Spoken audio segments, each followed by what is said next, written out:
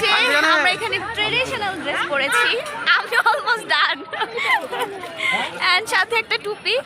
এখন আমাকে look like কি বলবো, চাঁদনি চাট্টু চায় না এরকম মনে হচ্ছে।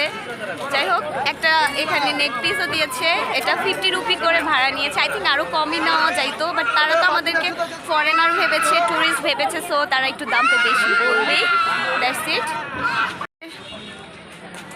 এই যে ওনাদের কালচার লুক।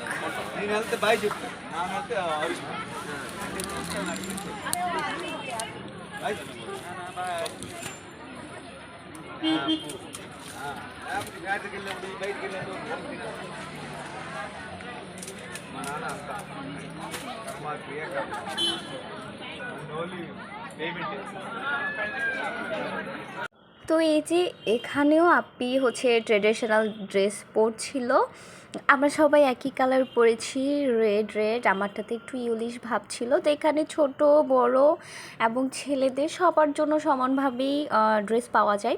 আর যেহেতু সিকিম একটা হচ্ছে রাজ্য, আলাদা রাজ্য, এটা নেপালেরই একটা অংশ ছিল একটা সময়, এখন গিয়ে ভারতের একটা অংশ হয়েছে।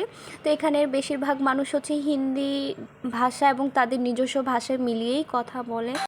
সো যেটা হয়েছে, আমরাও হিন্দি বলেছি অল্প অল্প করে, এবং ওনারাও অল্প অল্প করে বলেছে। ওনারা হচ্ছে গিয়ে নেপালি ভাষায় কথা বলে মূলত। তবে সিকিমে যেটা হয়, ইন্ডিয়ান অনেক মানুষ আছে। আর এই যে এখানে আমাদের প্রিন্সেস রাজোয়া, তার সাথে আছে গিয়ে আমার দুলাভাই। এখানে এই আপুটা হচ্ছে গিয়ে এখানে বেল বাজাচ্ছিল, যেহেতু টেম্পল অর্থাৎ মন্দিরে তাদের একটা করে বেল থাকে, ওনারা এটা বাজায়, শুভ মনে করে হয়তো বা।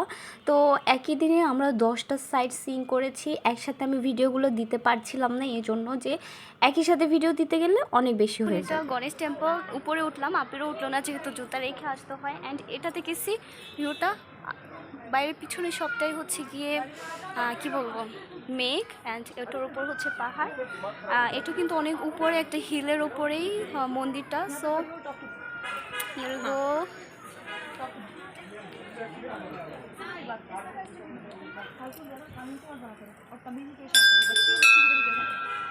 তো মন্দিরের ভেতরেরটা যেখানে হচ্ছে গিয়ে ওনাদের মূর্তিগুলো রাখা হয়, ওইটা ভিডিও করা অ্যালাউ না বা ছবি তোলা অ্যালাউ না, যার জন্য আমি করতে পারিনি। এর আশেপাশে দেখিয়েছি। সিকিম যেহেতু মেঘের রাজ্য, চারদিকে শুধু মেঘ, এবং প্রত্যেকটা কিছু কিন্তু অনেক ঠান্ডা, এবং এখানে হচ্ছে সব কিছু আপনার মেঘের নিচে লুকায়িত থাকে। আশেপাশে যা দেখা যাচ্ছে সবটাই মেঘ। তো আমরা একই সাথে ওই দিন হচ্ছে গিয়ে গণেশ টেম্পলটায়, এটা ছিল গণেশ টেম্পল আমাদের ফার্স্ট ডেস্টিনেশন ছিল। তারপরে আমরা অন্য আরেকটা প্লেসে যাব। সি আমাদের পিছনে পাহাড়, তার উপর হচ্ছে গিয়ে মেঘ, তার উপর মানুষের বসত বাড়ি। অ্যান্ড আপনি ওখান থেকে ভিডিও নিচ্ছে, এত সুন্দর, আলহামদুলিল্লাহ, মানে সুবহানাল্লাহ। আল্লাহ কি, আল্লাহ কি এত সুন্দর মানে প্লেস, আলহামদুলিল্লাহ, মানে আলহামদুলিল্লাহ আলহামদুলিল্লাহ আলহামদুলিল্লাহ, দেখতে পাচ্ছি, এটাই অনেক শুকরিয়া আল্লাহর কাছে। আসো চলো আমরা, হ্যাঁ আমরা এখন আরেকটা প্লেসে যাচ্ছি। আমরা হচ্ছে গিয়ে গণেশ টেম্পল পার হয়ে এখন আরেকটা প্লেস এসেছি।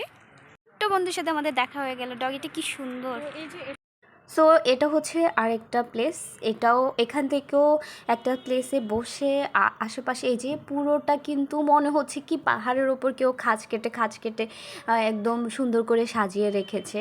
এগুলো কিন্তু প্রত্যেকটাই সবার বাসা বাড়ি। আর এটা আমরা শিলিগুড়ি থেকে যখন যাচ্ছিলাম তখন দেখে খুবই অবাক হয়েছিলাম, যে দূর থেকে দেখতে মনে হচ্ছে আল্লাহ এত উপরে কিভাবে বাসা বানিয়েছে, কিন্তু আসলেই এত উপরে যে আশেপাশে পুরো সব কিছুই মেঘের নিচে। সিকিমের বাকি পার্টগুলো দেখতে থাকুন সামনে।